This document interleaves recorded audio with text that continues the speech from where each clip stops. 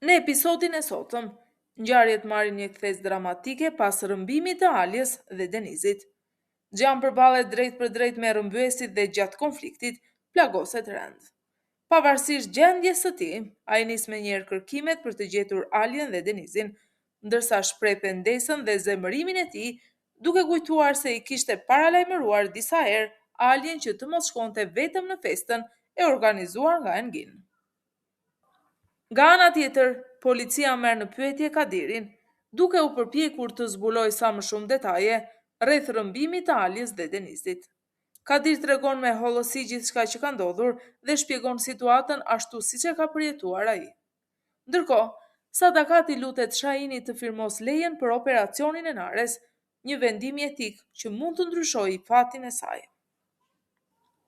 Ndërsa në episodin tjetër, tensioni rritet edhe më shumë kur Jalçin njofton se Nare ka firmosur deklaratën për abortin e fëmijës së saj. Nga ana tjetër, Sadakat dhe Shahini përpiqen me çdo kusht të mos zbulohet se ishin pikërisht ata që falsifikuan firmën e Nares. Megjithatë, Sadakati qëndron pranë Nares dhe i premton se ajo do të shërohet shumë shpejt. Ndërkohë, Kaja i tregon Zerinit se duhet të largohet urgjentisht, pasi vëllai i tij Xhiani është plagosur, ndërsa Alja dhe Denizi janë rrëmbyer. Para se të niset, ai e paralajmëron Zerinin që gjatë mungesës së tij të mos marrë ndonjë vendim të nxituar për të larguar fëmijën e tyre. Zerin e qetëson duke i premtuar se nuk do të bëjë një gjë të tillë.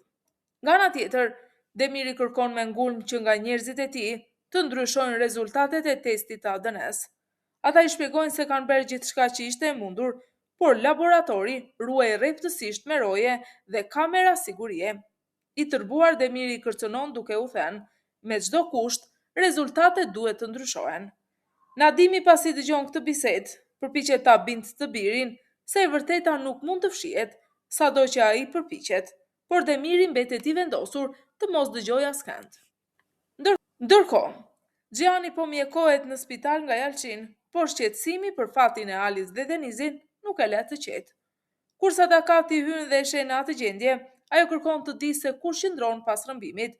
Ajo hedh dyshime se mund të jetë Xhmel ose Borani, por Xhiani e siguron se ata nuk kanë lidhje me këtë ngjarje. Gjatë këtij episodi të sotëm, ngjarjet marrin një kthes tepër emocionuese dhe dramatike.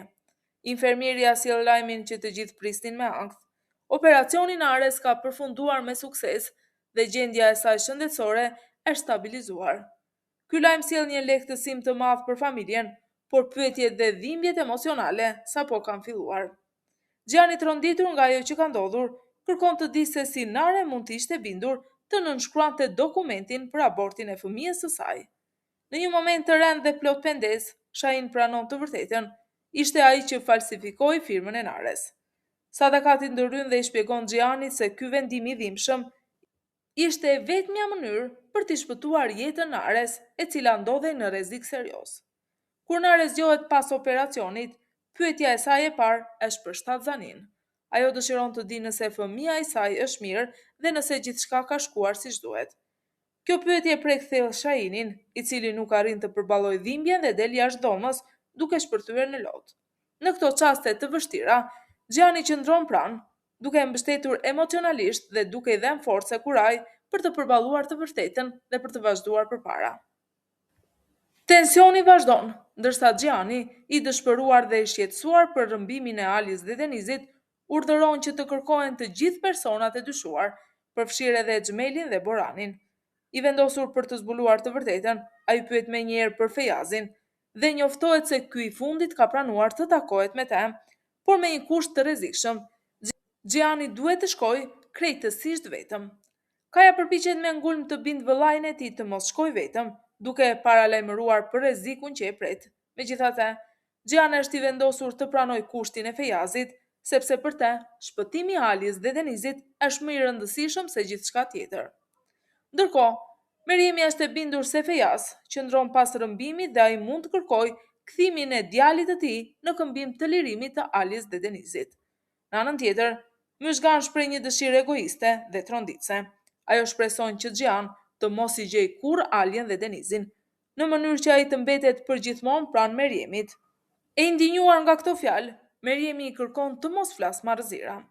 Në të njëjtën kohë, Alia dhe Denizi mbahen të mbyllur në një magazin, edhe pse e friksuar, Alia përpiqet të qëndrojë e fortë përpara djalit të saj dhe të mos tregojë dobësinë e saj.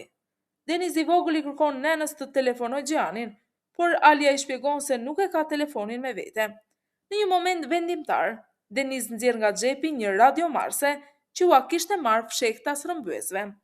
Alia lidhet me njëherë me Xhanin dhe i jep detaje të rëndësishme. Ata janë rrëmbyer nga 4 persona dhe mbahen në një magazin.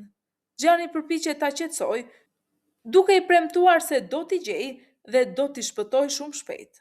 Por shpresa zgjat pak, sepse një nga rrëmbyesit i kap duke komunikuar dhe ndërpret me njëherë lidhjen. Gjatë përleshjes, Alia lëndohet, por edhe në ato çaste të vështira ajo përpiqet të mos e tregojë dhimbjen para Denizit. Ndërsa në këtë skenë, përballja mes Xhianit dhe Fejazit sjell një moment vendimtar në kërkim për Alien dhe Denizin. I mbushur me ankth dhe i dëshpëruar për fatin e gruas dhe djalit të tij, Xhiani shkon të takojë Fejazin dhe e pyet drejt për drejt se ku ndodhen Alia dhe Denizi. Me një ton ironik dhe provokues, Fejazi e pyet Xhianin se si ndihet emocionalisht tani që i ka rrëmbyer gruan. Më pas ai vendos një kusht të qartë, nëse dëshiron t'i marrë përsëri Alien dhe Denizin, duhet t'ia kthejë Meriemin. Megjithatë, Xhani nuk bindet me njerë. Për të kuptuar nëse Fejazi është vërtet rrëmbyesi, ai fillon t'i bëjë disa pyetje të thjeshta, por shumë domethënëse. E pyet se çfarë veshje kishte Alia kur u rrëmbye dhe sa vjeç është Denizi.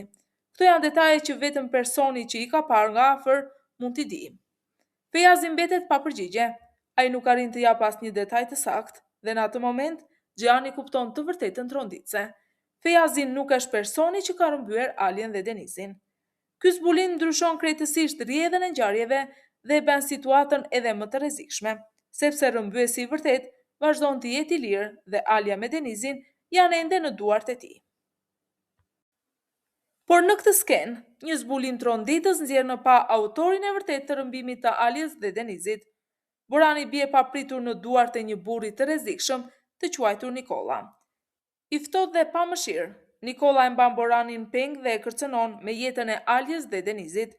Për t'i provuar se po thot të vërtetën, Nikola i tregon Boranit fotografi të Aliës dhe Denizit, duke konfirmuar se është pikërisht ai personi që i ka rrëmbyer. Në atë moment, kupton se situata është shumë më serioze nga sa e kishte imagjinuar.